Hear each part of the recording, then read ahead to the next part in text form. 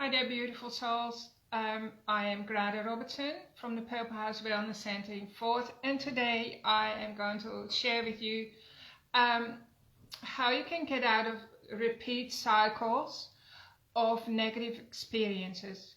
I'm sure you've experienced in the past that, negative things crop up again and again, and you're just over it. You want it to change, and you think you've learned everything from it, and yet here it goes again. So last week I had to do some coaching with two of my clients who had worked so hard, and they had all their ducks lined up for everything to just fall into place. And when push came to shove towards the end, they were back in a negative situation that they worked so hard to avoid. So I'm sure you can relate to that, and today I'm going to help you to shed some light on the subject so you understand why it happens in the first place. That's always good and helpful. And then secondly, I'm going to give you some tools and maybe a little bit of homework or home play that will help you to change these patterns if you recognize it in yourself. So let me just share with you what it could look like. So for instance, I'll take the liberty to talk about my daughters, right? You all know I have 3 boys and 3 girls. They're all grown up now, and of course I've been studying their lives intensely for 40 years or more. My eldest son is 40 and my youngest is 28. So it's really interesting to see how they are born with a pattern, right? And that pattern keeps recurring for them. So one daughter, she has a pattern that she often gets overlooked, right? And she's the most wonderful, intelligent, smart, beautiful, bright girl, stunning actually. And there's absolutely no reason externally why she should be overlooked. Like, she, to me, is very noticeable. To me, she stands out from the crowd. And yet, like when she was in grade 6, this pattern was already deeply ingrained, and she was like shared, whatever you call it, ducks or whatever, at grade 6 with another boy. But actually the school principal forgot to celebrate her. He forgot to mention her when it was time to give everyone a mention, like all the 25 kids in the classroom. He totally forgot about my daughter. So so Pete and I had to kind of rescue the situation a bit to make her feel special when we came home, but it kind of scarred her for life, right? And she still has some of that energy going on in her body. And then I have another daughter who loves to connect with everyone. She's super generous and heaps of fun to be around, and she loves to create family events and parties and hang out with her friends, and she's a real social animal. And I noticed I'm very, very generous and hospitable. So in the past, when we didn't have as many grandchildren, so the kids weren't as busy, she had a lot more family gatherings. And then, but what would happen is, as soon as we all arrived, and she had all this food and cooked and cleaned for days, as soon as we arrived, she would withdraw in herself. Sometimes she would even go to a bedroom, or she would just sit there with a closed face, and that was like her moment.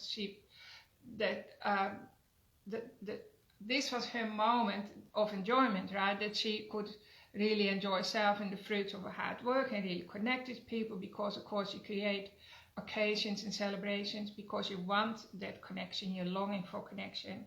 And yet when the moment came, she couldn't do it. She would just withdraw and clam up, and then we would all talk to each other, and she would be excluded, and then she would be disappointed, right? So then I have another daughter, and she often misses the boat because for really important things, because her timing is quite off, usually, actually all the time. So she lives in her own timetable. That's completely her own reality and her own world that's dictated around the timetable that she carries in her body, that she inherited. And it's often I have anxiety for her because I'm worried that when something really important is happening, she'll miss the boat because that's what used to happen when she was a child. And it still happens a lot. And then there is regret and disappointment. So these are some big patterns, right, that my own daughters have to work with. And to turn that around, that needs a lot of commitment. First of all, you need clarity to see that this is going on. And then secondly, you need acknowledgement as well that this is a problem. And then thirdly, you need to be totally committed to change that around, because otherwise it's not going to happen.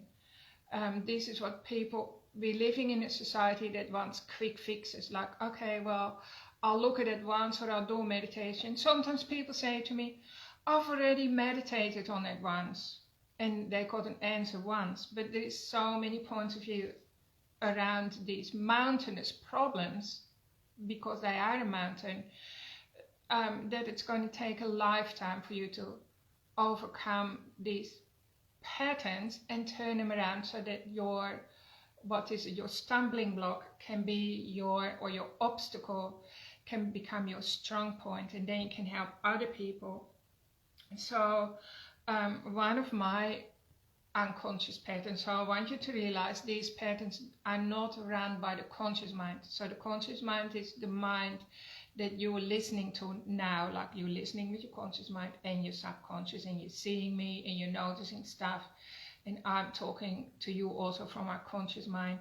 But your conscious mind really only makes up 1% of your reality, and the rest is all deeply, deeply unconscious. So 99% of you comes from your subconscious mind. And your subconscious mind has as much power as the Milky Way, or maybe the whole galaxy. So it's incredibly powerful. And that's why it's so hard that, for these patterns that run our lives, that are destructive, they sabotage us, it's hard to release them. They have to be uncreated. We have to learn the lessons there and apply ourselves, and then we can be free from them and we can create a better life.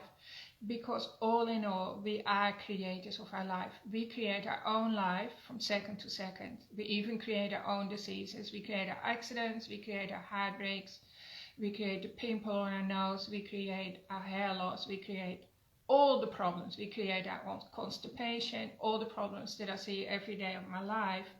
They are created by us subconsciously.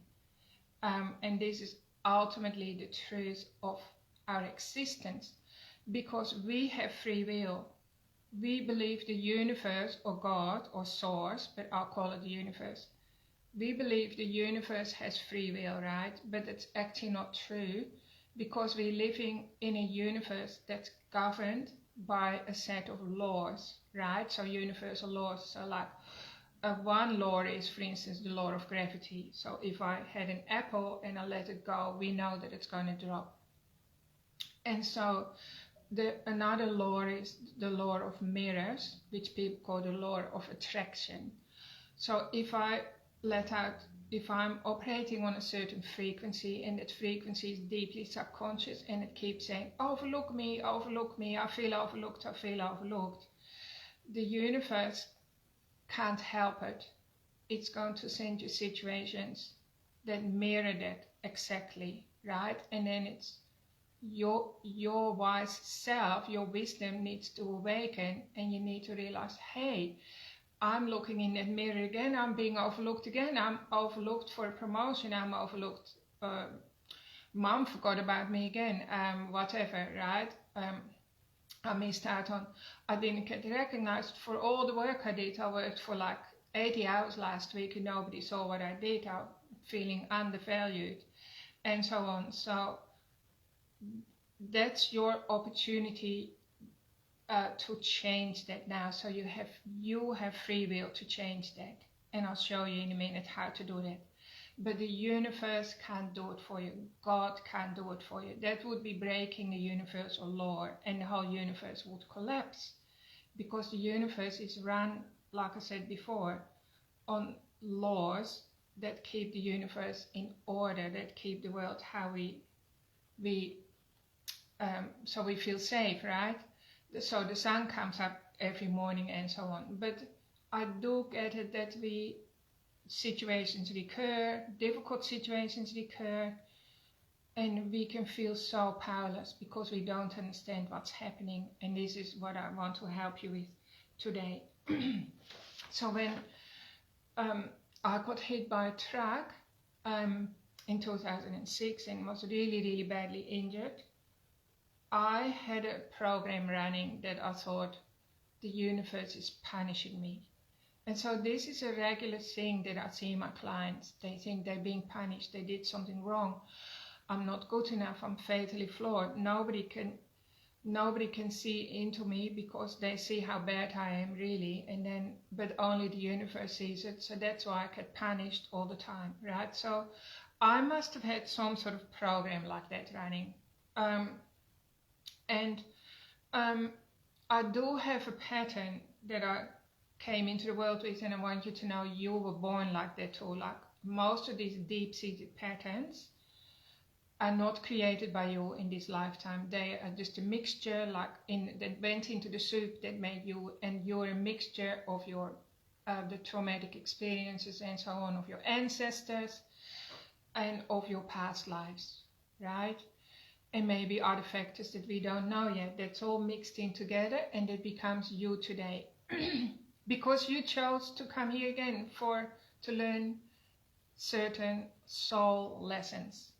Your soul decides on the lessons, and then when you learn those lessons, your spirit grows, your spirit evolves, your spirit benefits, everything benefits, your body benefits, your community benefits, your health benefits. It's so important that you get some consciousness around these forces that are coming from the most mysterious places deep inside of you. And the universe, in all its love and kindness, mirrors these patterns back to you. Another pattern could be that you always run out of money, right? You're down to your last cent again. It doesn't matter if you earned $5,000 this week or $50. You just always get back to or minus 10 cents, or make that up. That's another really important sabotage that hinders people. So again, this is not happening because God or Source or the universe is punishing you. It's also not happening because God or Source or nature chooses to do this to you for whatever reason. And it's also not happening because the universe is withholding something from you on purpose. So for instance, true love, let's say a problem people have is they don't find a soulmate and they're lonely, right? And the universe wants to give you a soulmate, but there is something inside of you, in the deepest part of you, that's blocking it or creating a disruption or causing your soulmate to literally not be magnetized, in a sense that my daughter, when she creates all these parties that, they're meant to be a good time for everyone, she used to lock herself away. Like even if she didn't lock herself in her room, she would lock her emotions up and just sit there looking introverted. And this happens a lot with people who are looking for love, but then love comes their way and they are rejecting it. And so this is all a reaction from your earliest childhood as well, what you've been surrounded by, what was mirrored to you by your parents or grandparents or extended family. And it's a result of your previous lifetimes and your ancestry. What your ancestors went through is also such a big influence. Most of the time when I work with my clients, I have to go back to their grandparents. So for me, I often have to clear things of my grandparents, right? Rather than my parents. It seems as if it doesn't per se skip a generation, but our grandparents went through many things. Often they went through 1 or 2 world wars and they had a lot of trauma and it was never addressed. And the grandchildren have to deal with that energy. It gets revisited in my lifetime. All right, so What can you do if you just today? Well, first of all, I'm just going to ask you to think of a situation that keeps recurring, and it's an unwanted situation. You don't want it anymore. So just think of something for yourself, right? If you can pause the video and write it down, and it can be a little thing or a big thing. Little things are just important as big things in the scheme of things, right? Because everything is connected to everything. So it can be a little example. I can't think of anything like now. Maybe that whenever you go to the supermarket and you're in a hurry, there's always a big queue or something like that. Or maybe just when you want to sit down and relax, the phone goes. So you're always feeling disrupted. So your life could be full of disruptions. Why is your soul creating that for you, right? All right, so just write down the situation that stresses you, that recurs. And then I want you to think of the opposite situation. So for my daughter, it could be the one that's always overlooked. The opposite to that would be I want to feel valued, or it's safe for me to feel valued and appreciated. And seen, of course, and admired even. So make it really strong. If you're always in an unsafe situation, and this is really important for women, I work with a lot of women, and these women are not even conscious that they've never felt safe ever in their entire life. And so their soul is just trying to say to them, you deserve safety, you're worthy of safety, you're so worthy of safety and security. You deserve to feel safe and protected all the time. That's what their soul is trying to tell them. You don't have to earn that, that's your birthright. But these women are so deeply abused a lot of the time and traumatized that that's not in their consciousness, so that could be you. So you can put down there a recurring situation could be that I'm often feel unsafe, even when I'm at home. I have nowhere where I feel safe. You can write that down. And so the opposite of that would be I have a sanctuary where I feel safe, right? Because it's like not realistic to feel safe all the time, even when you're a woman, because it's not a safe world. But you need to create a sanctuary or a place and get to a healed state where you actually start to feel safe inside your body. So the opposite of that could be I feel safe inside my body. And so once you've done all this, I want you to say there's a process. So like everything starts with a thought, and those thoughts are deeply unconscious, so we don't catch them. But it is important to write down the thoughts that you have, and then you can change them. So I think one of my patterns, just to make it personal, is probably that I put up with a lot of hurt. So like the truck hit me, I was hurt, but looking on the bright side, I bounce back very easily. Like I twist my ankles and I don't even feel it, my ankles are fine. And if I hear stories of my life when I was little, my parents, fostered a child when I was 2, and I had an older sister who was 3, and my mom was pregnant as well, and the child was biting me in the back all the time, and my sister was hitting me on the head all the time, and the stories go that I didn't care, I just didn't bother me. So I have a pattern, something like that, it's good for me to get hurt or something, right? So I've been working with that already for 60 years, and it was even food for thought for my first and second book. So that's how much attention I've put into that, because I don't want to perpetuate this, and I also don't want to give it to my grandchildren. So I often catch myself thinking stuff, and then I make myself think the opposite. So how can I explain this?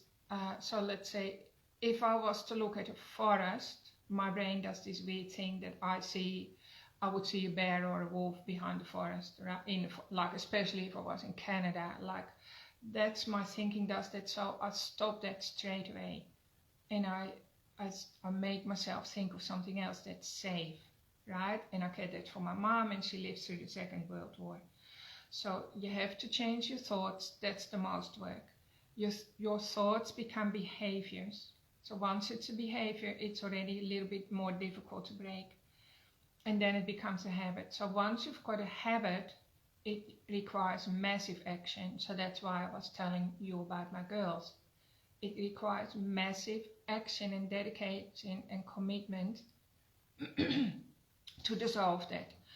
And so I've got some examples that I'll write down as well for you. So to change this pattern, first of all, you need to catch your thoughts.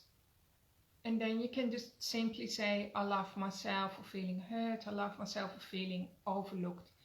I love myself for feeling introverted. I love myself for feeling I want to hide. That's what another daughter does. I love myself for always running late. I just love myself for all of that. So that you just keep saying that. That removes the judgment that we have. And around judgment is resistance. So you can say that all day long, right? Especially when you fail again. So first of all, I want you to think of failure as a learning experience, right? So last time you failed, what did you learn from that? And that's gold for your soul. That's the lesson. So when you find yourself overthinking, move your body, okay? I'll write this down for you. The best way to snap out of overthinking is to get off your chair or bed, wherever you are, and just move your body, turn the music up, dance, move your body freely, or move your body in a different way to what you're used to, okay? Vacuum the house, go for a walk, whatever. So overthinking, get up and start moving your body. You literally can't overthink. Blaming, so like when you blame, you're handing over all your power. Your power is gone. So the universe doesn't want us to blame. If you do want to blame, just say, I love myself for blaming, I love myself for blaming myself, or I love myself for blaming Peter. That's as much as I allow myself, and then I let it go. And you need to change that into radical responsibility. I'm responsible for the reality that I create every day. And so how do I want to change that? Okay, if you eat and drink toxic food, you're going to get toxic results. You're going to lengthen the gap between where you are and the results you want, right? So it doesn't matter what you want, whether it's money or better health or love in your life or better relationships. If you put toxic food in your body, you're going to make the gap bigger, not smaller, right? And ideally you want the gap to get smaller and smaller, so you magnetize what you want. So like alcohol, change that for water or herbal teas. All the energy drinks, stop drinking them. They make your body toxic and they hamper your life. Okay, toxic friends or family, doesn't matter. Put them in the freezer. And turn around and look for mentors. Look for people that are going to help you. So like even watching the Facebook Live today is going to help you, rather than hanging out with a toxic person that's going to put the wrong energy in your body. So if you have any toxic friends, you don't need to hang out with them. I'm telling you, it's better for you, for your soul, for your spirit, for your journey, for your future lives. If you stop hanging out with those people. If you find yourself complaining, change that into gratitude. So I complain sometimes to Pete, or sometimes complain to myself, but I'm conscious that I'm doing it and I don't give myself much permission to complain at all, and then I change it into gratitude. So I will just quickly say, I am so happy and thankful, I'm so happy and grateful, I'm so happy and grateful, and I delete that thought, the complaining thought, right? Okay, if you use too much social media or TV, apparently now Australians spend 11 hours a day on social media, which is quite incredible. Turn down the social media, don't do it as much, and go for a walk or sleep. We all need to sleep more. Or go and have a forest bath. So that means walking out in nature. If you listen or hang out too much with fake people, so fake people are probably also toxic, right? So they're not genuine people. I'm going to encourage you to also disconnect from them and hang out with people that inspire you. And again, you can hang out on a YouTube or watch something or be around people that inspire you. So they inspire you, they don't expire you, right? They're working towards your inspiration. So this is how you change your actions. When you change your actions, your thinking and your actions, of course your consciousness changes, and then your unwanted situations don't happen as much anymore. But it's still important that you learn the lessons or the gifts or the blessings that are hiding in your challenges, right? So if an unwanted situation keeps recurring and it's happened more than 3 times, that means there's a definite pattern, and it means it's going to require everything you got to release that, to uncreate it and to delete it. The universe can't let it go for you, because the universe doesn't have free will. You are the one with the free will, so you are the one that needs to take action and get the bull by the horns. Do journaling. You can journal a little bit with your opposite non-dominant hand. That allows a different stream of consciousness to flow through you, and sometimes you actually have some really good insights from that. You can come have a treatment with me. I can help you recover from your blind spots, or Peter. And there are many things you can do for yourself. So this is just what I felt inspired to share with you. I hope that you find it helpful. So I just want you to remember, you're the one with the free will. The universe doesn't have free will, because it's run and operated on laws that it has to stick by. And one of those laws is the law of mirroring.